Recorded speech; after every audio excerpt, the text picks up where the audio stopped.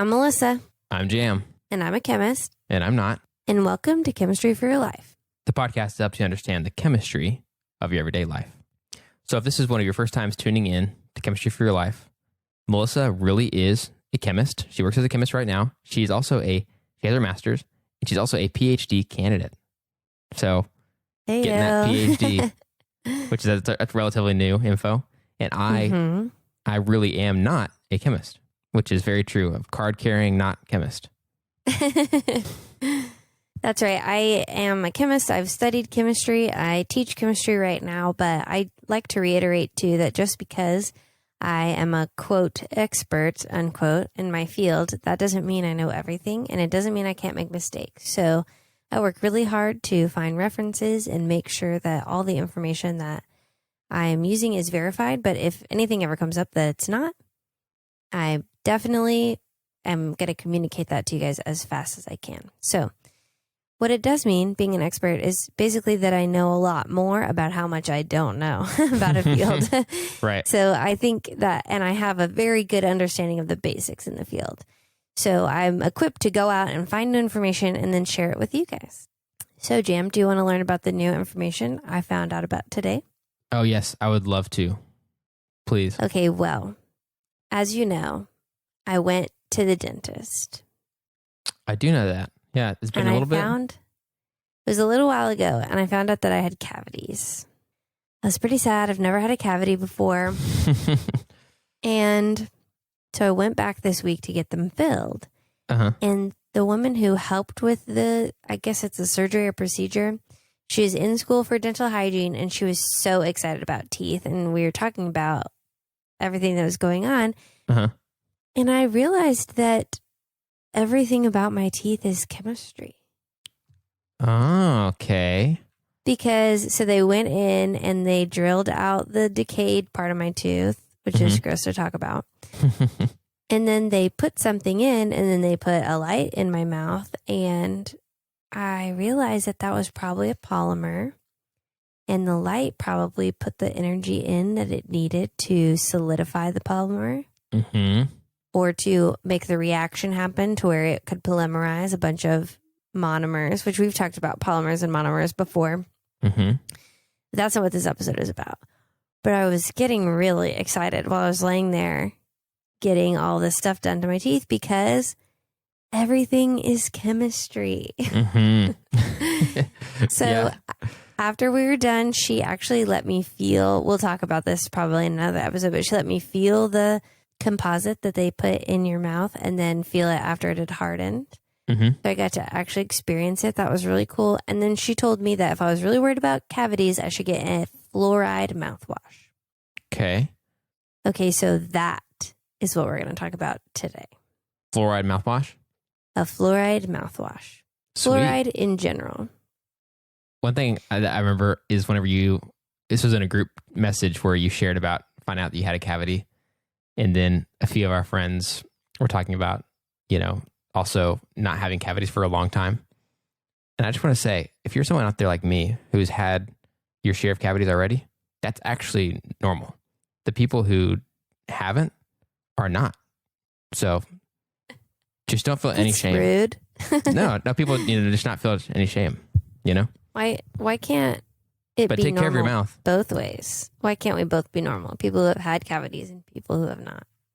Because the stats don't line up.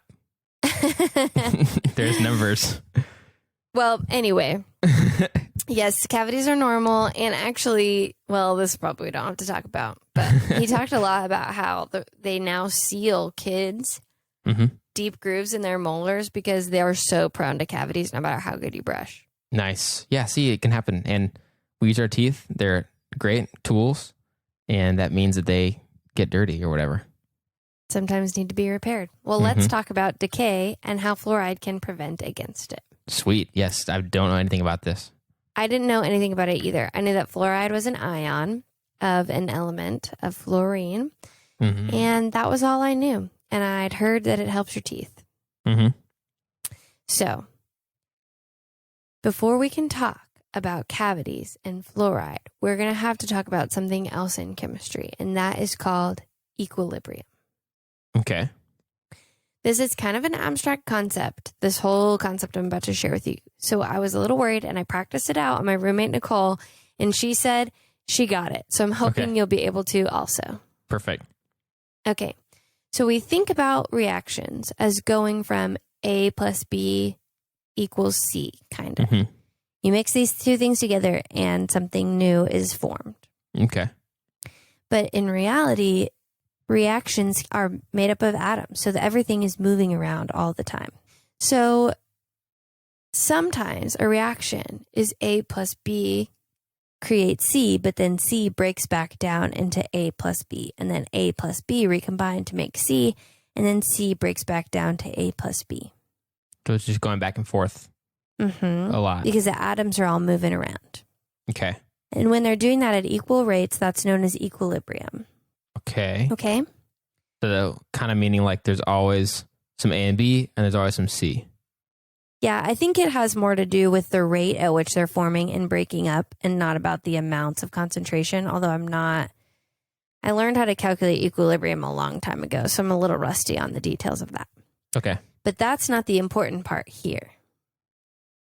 The important part is a thing called Le Chatelier's principle. Whoa. It sounds fancy. It's a French guy's name. Mm-hmm. So when a reaction is in equilibrium, when it's reached that equilibrium state, you can throw it out of equilibrium and have more of A plus B or more C, depending on which one you want, by putting pressure on one side or the other. Not physical pressure, but stressing one side or the other. Okay. Okay, so here's my favorite example of this that I think you'll be able to understand. Okay. When you have carbonic acid in a soda can, and we talked about this in the Does Carbonation Have a Taste episode, it breaks down into water and carbon dioxide. Right. We talked about that. So when it's all in a can, it can be going back and forth. So the carbonic acid breaks down into water and carbon dioxide, and then it combines back together into carbonic acid, and then it breaks back down into water and carbon dioxide. Okay. Yeah. But as soon as you open the can and the carbon dioxide can be released, the elements that you need are no longer there to recombine, and it all stays on the one side. The carbon dioxide and water are formed, the carbon dioxide floats away, and now you can't reform your carbonic acid anymore. Yeah. And the soda becomes flat over time. The more and more carbon dioxide that's leaving the substance. Oh, okay. Right. Got it. So something similar happens with our teeth. Okay. The enamel on our teeth are made up of something called hydroxyapatite. So that sounds fancy, but it's not super fancy. It's just sort of an ionic compound, similar to table salt, but with more moving parts. Okay. Okay. So hydroxyapatite can exist in equilibrium where it's breaking down into its parts. Okay. And one of those parts is the hydroxide, OH minus, which is a strong base. So if you have that strong base, that hydroxide, and you drink something acidic like orange juice or coffee or even some sodas, the strong base will bind with the acid. Acids and base love each other in your drink and then be washed away. And then you don't have everything you need to reform your nice, strong enamel. And then all the other parts are already broken down and they're more susceptible to be washed away or scraped off when we brush our teeth or whatever. Oh, interesting. So we're just kind of washing our teeth away a little bit. A little bit. But there's hope. Okay, good. That's a dark realization right there. It's a dark realization. Especially when you said coffee. It's like, I mean, orange juice and soda, I'm like, okay, well, don't drink tons of that. But it's like, and coffee. And it's like, oh no. Coffee, I think, is pretty acidic. Yeah, my teeth are just going to float away. But that's why you shouldn't brush your teeth right after, because I think that would make it worse. Okay, got it. That's why when we talked about why does toothpaste and orange juice taste so bad together? And we talked about you should wait 30 minutes after you drink orange juice or brush your teeth before. So if there's some surely hydroxide ions left behind, it can reform the hydroxyapatite, or you can introduce something new. Mm-hmm. For example, a fluoride ion. So fluoride is an ion. It has the same negative charge as the hydroxide ion. Mm-hmm. But instead of reacting so strongly with acid, it's a much weaker base. So it's much harder for it to react with that acid. Mm-hmm. So it's going to be more resistant to the wear and tear of normal enamel when it reforms as fluoroapatite. Mm. So instead of the hydroxide combining back with all the other components and making your hydroxyapatite, instead you're recombining with fluorine and all the other elements and making fluoroapatite.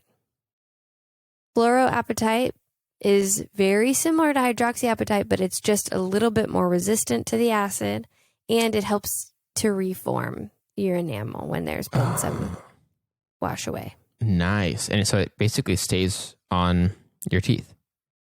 It stays on your teeth better. I saw some things that tested the strength of it and when they become susceptible to break down in acid. And I think it said the pH, which is a level of acidity of fluoroapatite, can withstand until it becomes susceptible to breaking down up to 4.4 pH, which is more acidic than hydroxyapatite, which is 5.5 pH, I think. Mm-hmm. So it's just a little bit more resistant to breaking down in acid, and that's why it helps fight against cavities. Nice. Dang. Interesting. Yeah. Isn't that so cool? Yeah, that's very cool. I wish I had learned this about a relevant application of equilibrium in my actual body whenever I learned about equilibrium in general chemistry. I had never learned about this before. I found out about it in a general chemistry textbook. I had a general chemistry textbook that talked about it, but I didn't learn about this in general chemistry. Right. Yeah. That's interesting. And that soda example is perfect. It's like a closed container. This is a sealed off thing where this can continue to happen and not be affected and not lose any of its elements really until you open it. That's like a great example. Well, and Le Chatelier's principle can be executed in other ways. You can maybe add heat or add more of something. If you keep adding more A and B, you'll make more C, and so it can kind of shift. So there's other ways that you can control it, but a good example is the gas leaving is similar to what's happening here is you're putting stress on the system and it's shifting away from the enamel, shifting away from the hydroxyapatite and to the breakdown components. Right. Dang, that is very interesting.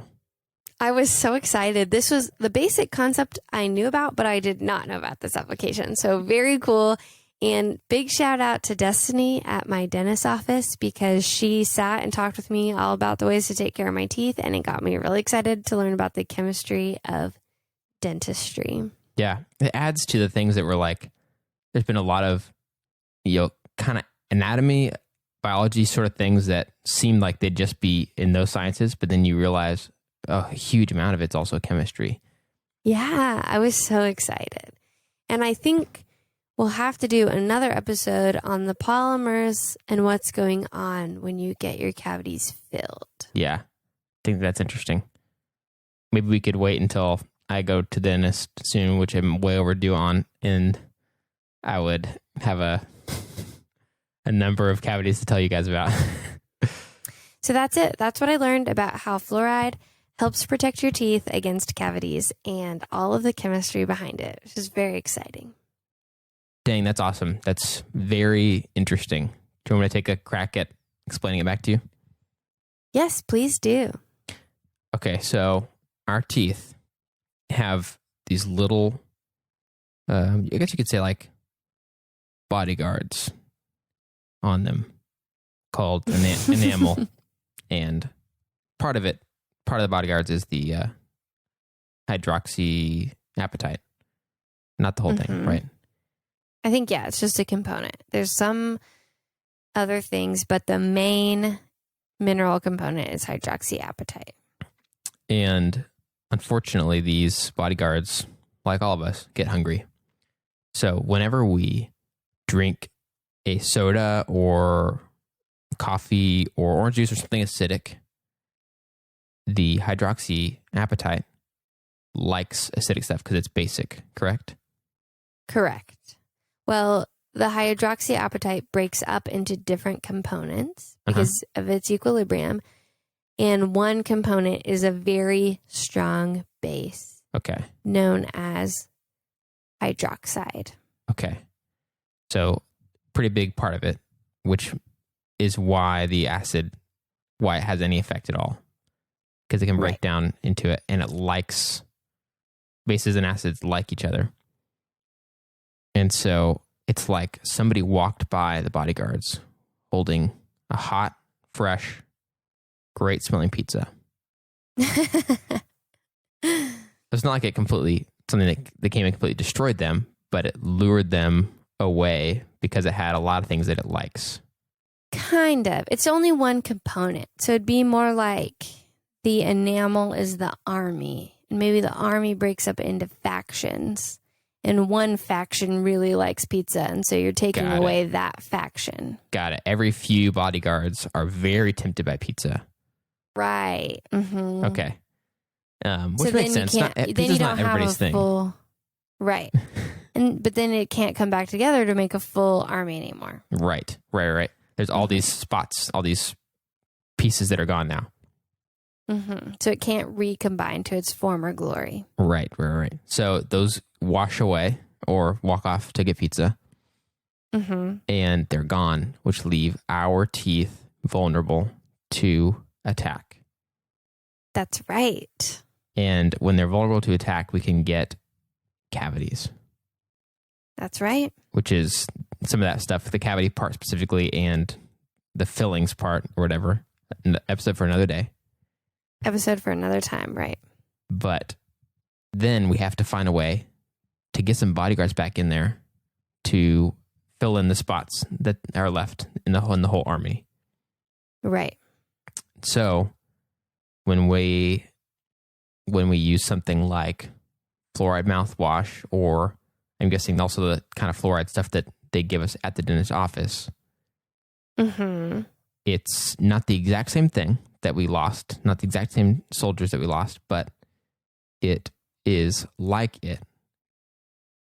And it goes in, and the chemistry part of this is a little bit fuzzy for me, I guess. But maybe it's more resistant to pizza. Yeah, more resistant to pizza. They have been trained. They are on a very strict diet, and they are not breaking from it. The carbs in pizza is something they just cannot deal with. They're staying well away from that. Exactly. At the most, they might be tempted by a really good wrap or something like that, or maybe a bowl of some kind. And so they come in, fill in those gaps, and it's called fluoroappetite. Right.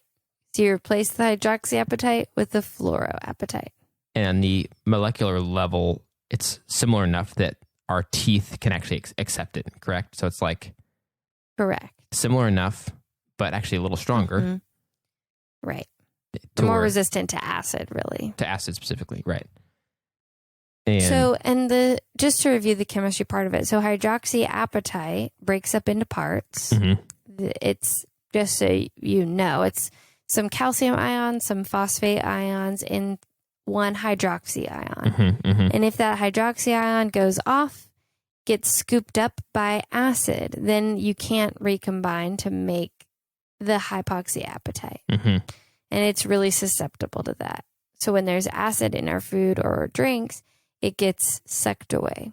But then we can replace a component of that with fluoride ion instead of a hydroxy ion, and then it can recombine into something similar, not exactly the same, a new and improved version, fluoroappetite. That makes sense. That makes a lot of sense. I think I'm getting it better now. So you've got your army, and when they all break up and there's like, hey, you can come eat some pizza. Yeah. A bunch of guys leave, and then you can't reform your army as well or as strong as it was before. So then you got to bring in some reinforcements that Right. won't walk away when pizza's tempted. And that makes a little more sense realistically with the equilibrium thing too, where you're talking like it's all these different parts that make up an army, and they're actually all kind of moving around all the time. It's not like they're forming this very solid wall and they don't ever break.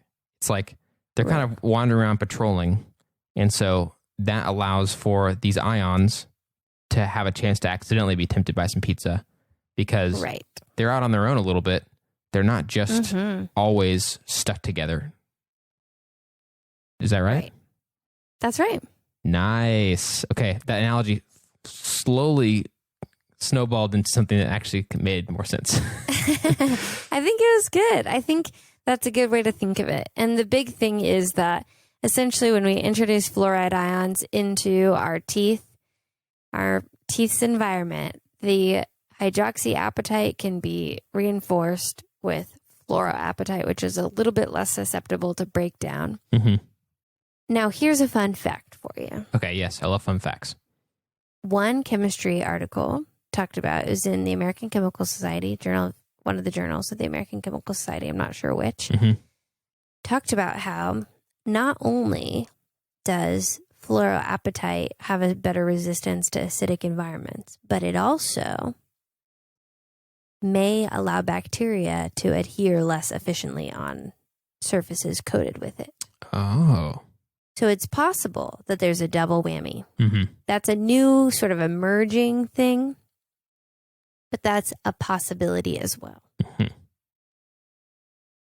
Dang. And that's quite cool. I think a lot of this is kind of new stuff that they're figuring out what's going on. Because I read a paper from 1946 and they did not give any of this information. And then I read a textbook, and on the American Dental Association, they both talked about how fluoroapatite forms to replace hydroxyapatite, which is pretty interesting.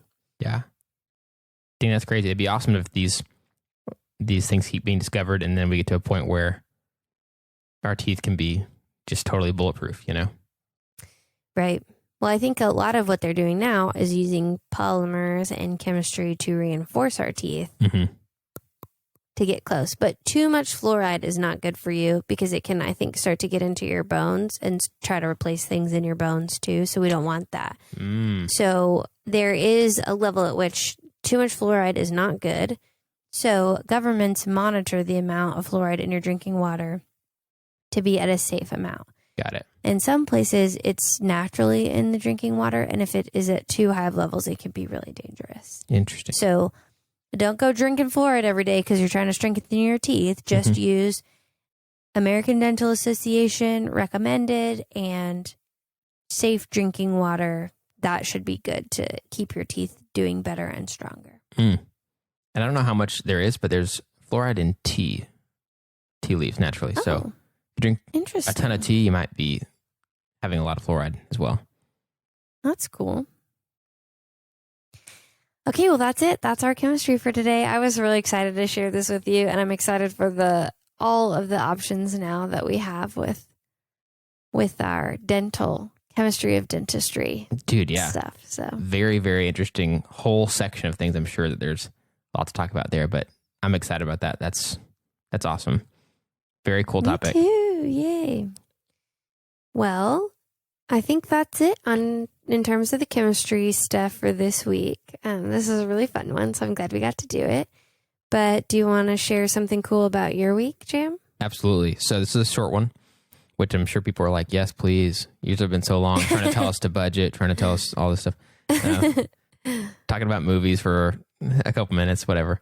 But this week, my son, we've noticed that he is on the verge of figuring out laughing in a more serious way. Yay! Obviously, lots of babies make sounds, and it's hard to interpret what they're doing on purpose and what they're just kind of is just random trying out stuff, you know?